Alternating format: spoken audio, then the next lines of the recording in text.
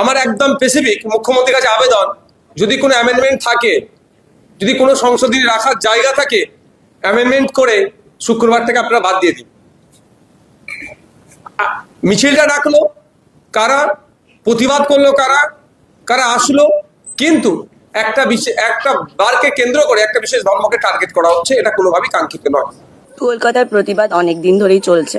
আমি নিজে 20 তারিখে ছিলাম, আনফর্চুনেটলি আমি না কালকে কাজে না থাকতে পারে আমি ওখানে ছিলাম না, কিন্তু আমার যেটা পরিষ্কার বক্তব্য মিডিয়ার উদ্দেশ্যে, যে আপনাদের যদি 25 দিন পরে ঘুম ভাঙে, হাউ ডু ইউ এক্সপেক্ট স্টুডেন্টরা আপনাকে এন্টারটেইন করবে?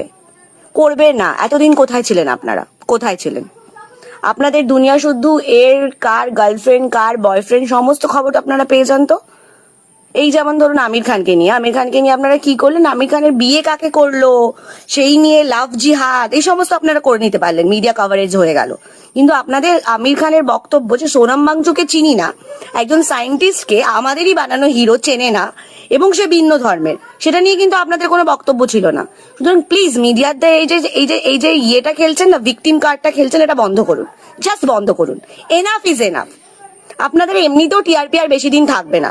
যে সমস্ত লোকে, আমি তাদেরও বলছি, যে সমস্ত লোকেরা শুধুমাত্র মিডিয়া নিয়ে বসে আছে, যে মিডিয়াটা করাপ্টেড, এবং যে বয়সী লোকেরা বসে আছে ওই বয়স অব্দি 4 থেকে 5 বছর, তারপরে আপনাদের কোনো বিজনেস থাকতেই পারে না। কারণ আপনাদের ওই মাখানো ও রসে চোবানো এই ধরনের গল্প আজকালকার জেনারেশন চায় না। They just don't want, they want reality. আর দ্বিতীয় কথা হচ্ছে এই যে দ্বিতীয় প্রোটেস্টের সমস্যা হয়েছে, যে কেন বাংলাদেশ পাকিস্তান সাপোর্ট করছে, কেন করবে না?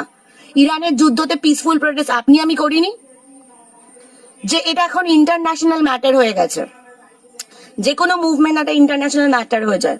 আর শুধুমাত্র বাংলাদেশ পাকিস্তানটা কেন দেখতে পাচ্ছেন? ওদিকে ইংল্যান্ড প্যারিস এগুলো দেখতে পাচ্ছেন না? সেগুলো নিয়ে নাকি, সেগুলো নিয়ে বললে তো দেশের মধ্যে অন্য কনফ্লিক্ট তৈরি করা যাবে না, মাইন্ড ডাইভার্স করা যাবে না। আপনাদের তো একমাত্র কাজ মাইন্ড ডাইভার্স করা। যে বড় বড় কি হলো কেন হলো, আর নেতারা জন্য প্রচন্ড প্রচন্ড কথাবার্তা বলছেন, এত মুখ তুলে কথা বলছেন। আবার বলবো, এবং রিসেন্টলি তো সবাইকে নাকি কারোর কোন রকম বরদাস্ত করা হবে না, এসব আমাদের বর্তমান সরকার থেকে আসছে। তো আপনারা কি করে বরদাস্ত করছেন ধর্মেন্দ্র প্রধানেরটা? কি করে করছেন? আর প্লিজ বলবেন না উনি জড়িয়ে নয়। উনি যদি নাও জড়িয়ে থাকেন, আমি ধরে নিলাম আমার ডিপার্টমেন্টে হচ্ছে, আমি জড়িয়ে নেই, কিন্তু বারংবার হচ্ছে আমার ডিপার্টমেন্টে, তখন আমি একদম চিপে মাথায় বসে কাজটা ঠিক করে করতে পারছি না, সেই রেসপন্সিবিলিটি নিয়ে ওনাকে চলে যাওয়া উচিত। ওকে? আর রইল বাকি পার্লামেন্টের কাজ আটকাচ্ছে। পার্লামেন্ট 362 দিনই 2 দিন বসে, যেদিনকে র্যালিটা চলে সেদিনকেই বসে, বাকি দিনে তো পার্লামেন্টের কাজ নেই, তাই না? হাওয়া খাওয়া, লিপস্টিক লাগিয়ে ঢোকা, হিরোইনদের নিয়ে এসেছেন। পলিটিশিয়ান যারা দেশের জন্য করবে তারা কোথায়? আপনাদের প্রত্যেকের পলিটিক্সে অর্ধেক লোক হিরো হিরোইন। কেন? কি বোঝেন তারা পলিটিক্সের? কতটা জানেন তারা? আর কতটা তারা দেশের জন্য ভাবছেন? Enough is enough. ফ্রেন্ডস, এবার ওই নিতিন কাকু যিনি পেট্রোলের সঙ্গে 20% ইথানল মিশিয়ে বিক্রি করছে, ওনাকে একটু দেখতে হবে। Thank you friends. নমস্কার, আমি আইনজীবী প্রতিভা, মালদার ভূমিকন্যা। তো আজকে এই জয়টা আমাদের প্রত্যেকটা জেএনজির জয়। ইভেন যারা প্রোটেস্ট করেছেন তাদের প্রত্যেককে আমি ধন্যবাদ জানাই। আর বুঝতে পেরেছেন তো, ওই যে অনেকে বলেছিলেন যে একটা ইনস্টাগ্রামের একটা ওই প্রোফাইল কি করতে পারে সেটা সবাই বুঝে গেলেন। অ্যান্ড অনারেবল সুপ্রিম কোর্টের চিফ জাস্টিসের ওই পাওয়ারফুল ওয়ার্ড ককরোচ, ওই ওয়ার্ডটা কতটা পাওয়ারফুল এবার আপনারা বুঝতে পেরেছেন। এখন তো আমার মনে হয় যে আমাদের চিফ জাস্টিসই হচ্ছে ফাউন্ডার ককরোচ জনতা পার্টির। দারুণ, জাস্ট দারুণ। অ্যান্ড ওনাকেও থ্যাংক ইউ, কারণ ইনডাইরেক্টলি ওনারও অবদান আছে আমাদের এই প্রোটেস্টের পেছনে। অ্যান্ড আমরা প্রত্যেকটা জায়গাতে এই যে প্রোটেস্টটা করে একটা বড় সাফল্য পেলাম, এটা যারা অনেকে বাড়িতে প্রোটেস্ট করেছেন, অনেকে রাস্তায় নেমে প্রোটেস্ট করেছেন, বা অনেকে দিল্লির জান্তর মন্তরে গিয়েছেন, তাদের প্রত্যেককে ধন্যবাদ। অ্যান্ড অনেকে আমাকে বলেছিলেন যে তুমি তো অ্যাডভোকেট হয়ে গেছো, তোমার কি দায় পড়েছে, তুমি কেন সাপোর্ট করছো স্টুডেন্টসদেরকে, তুমি অল্প বয়সে গ্রোথ করে গেছো, নিজের মতো লাইফ নিয়ে এনজয় করো। তাহলে কি কোনোদিন আমি যদি অ্যাজ এ ওমেন বা অ্যাজ অ্যান অ্যাডভোকেট কখনো কোনো মেয়ের রেপ হয় অ্যান্ড সেখানে যদি আমি প্রোটেস্ট করতে যাই, তখন আমাকে বলবেন তোমার সাথে তো রেপ হয়নি, তুমি কেন এসেছো? ব্যাপারটা এরকম হলো না? এই ছাত্র সমাজটা আমরাই, ঠিক আছে? আমিও একজন জেনজি। ইন ফিউচার আমার বেবির সাথে এরকম হলেও আমাকে রাস্তায় নামতে হবে, তাহলে ওদেরকে কেন আমি সাপোর্ট করব না? শিক্ষাটা চুরি হবে সেটা খুব ভালো জিনিস? নিশ্চয়ই নয়।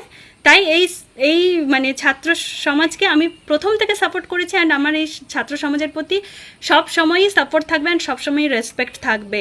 কারণ শিক্ষা নিয়ে কোনো ছেলে খেলা নয়, সেটা আমার ওয়েস্ট বেঙ্গল হোক বা পাঞ্জাব হোক বা কেরলমে হোক, যেখানেই হোক না কেন। কারণ কেরলমেও পেপার লিক হয়েছে, পাঞ্জাবেও পেপার লিক হয়েছে, অ্যান্ড যেখানে গণতন্ত্রের নিয়মই যেখানে অন্যায় হবে সেটা খোলাখুলি ডিসকাশন করার, অ্যান্ড আমরা সেটা নিয়ে খোলাখুলি ডিসকাশন করব। অ্যান্ড আমাদেরকে রাইটস দিয়েছে আমাদের কনস্টিটিউশন, ডক্টর ভীমরাও আম্বেদকর সাহেব। তো উনি আমাদেরকে রাইটস দিয়েছেন যে আমরা যেন খোলাখুলি ডিসকাশন করতে পারি। অ্যান্ড আজকে এই সাফল্য আমাদের ডেমোক্রেসির সাফল্য, আমরা ডেমোক্রেসি আবার জয়লাভ করেছে, অ্যান্ড আমরা প্রত্যেকে ভীষণ খুশি। আর এইভাবেই প্রতিটা জায়গায় অন্যায়ের প্রতিবাদ করা উচিত। যেমন পেট্রোল কাকু 20% ইথানল মিশিয়ে বিক্রি করছে, এটাও তো ঠিক নয়, এটাও এক ধরনের চুরি, অ্যান্ড সবার গাড়ি খারাপ হয়ে যাচ্ছে। তো সেটা নিয়েও আমার মনে হয় এবার খোলাখুলি ডিসকাশন করা উচিত। Thank you so much. Jai Hind, Bande Mataram. ছাত্রদেরকে অভিনন্দন। অভিনন্দন শুধুমাত্র এই কারণে নয় যে শুধুমাত্র একটা শিক্ষামন্ত্রী পদত্যাগ করতে বাধ্য হয়েছে, অভিনন্দন শুধুমাত্র এই কারণে নয়, অভিনন্দন এই কারণে একটা সরকারকে আমরা বুঝিয়ে দিতে পেরেছি, ছাত্ররা বুঝিয়ে দিতে পেরেছে, আন্দোলনের গতিপথ বুঝিয়ে দিতে পেরেছে, আন্দোলনের তীব্রতা একটা সরকারকে বুঝিয়ে দিতে পেরেছে। একটা সরকার মানুষের ভোটে নির্বাচিত হওয়ার পরে সেই সরকারে যখন রাষ্ট্রযন্ত্র পরিচালনা করে, সেই সরকার শুধুমাত্র তার ইচ্ছে মতো, তার মন মতো, তার মর্জি মতো সব কাজ করতে পারে না। মানুষের কাছে সেই সরকার দায়বদ্ধ। যখন সেই সরকার সেই দায়বদ্ধতার কথা কোথাও কোথাও ভুলে যায়, এই আন্দোলন, এই জেনজিরা, এই গণতন্ত্র প্রেমী মানুষেরা, এই ছাত্রেরা যারা আগামী দিনের ভবিষ্যৎ, এই যৌবনরা যারা আগামী দিনের ভারতবর্ষ, তারা বুঝিয়ে দিতে পেরেছে তুমি সরকার মানুষের ভোটে নির্বাচিত হওয়ার পরে তুমি নিজেকে যদি মানুষের কাছ থেকে দূরে সরিয়ে নেওয়ার চেষ্টা করো, আমরা প্রতিদিন রাজপথে থেকে, রাস্তায় থেকে বুঝিয়ে দেব যে সরকার তোমার কাজ এটা। আমরা রাজপথে থেকে প্রশ্ন করব, রাজা তোর কাপড় কোথায়? ধন্যবাদ, অভিনন্দন এই কারণেও। আমাদেরকে ভুলে গেলে চলবে না। এই ছাত্ররা, এই জেনজিরা আবার একবার আমাদেরকে স্মরণ করিয়ে দিয়েছে, এই মাটি ক্ষুদিরামের মাটি, এই মাটি আশফাকুল্লার মাটি, এই মাটি প্রীতিলতা ওয়াদ্দাদের মাটি, এই মাটি মাস্টারদা সূর্য সেনের মাটি, এই মাটি নেতাজির মাটি, এই মাটি রবীন্দ্রনাথের মাটি, এই মাটি নজরুলের মাটি। এই মাটিতে যেমন সাম্প্রদায়িকতার ঠাঁই নেই, ঠিক তেমনি এই মাটিতে স্বৈরাচারীদের ঠাঁই নেই। এই মাটিতে গণতন্ত্রের দ্বারা নির্বাচিত সরকার তার ইচ্ছে মতো যদি কোনো কাজ করে, সেখানে দাঁড়িয়ে এই মাটিতে বারবার আন্দোলন তৈরি হয়েছে বিগত দিনে। আবার এই মাটি প্রমাণ করে দিল এই মাটি আন্দোলনের মাটি।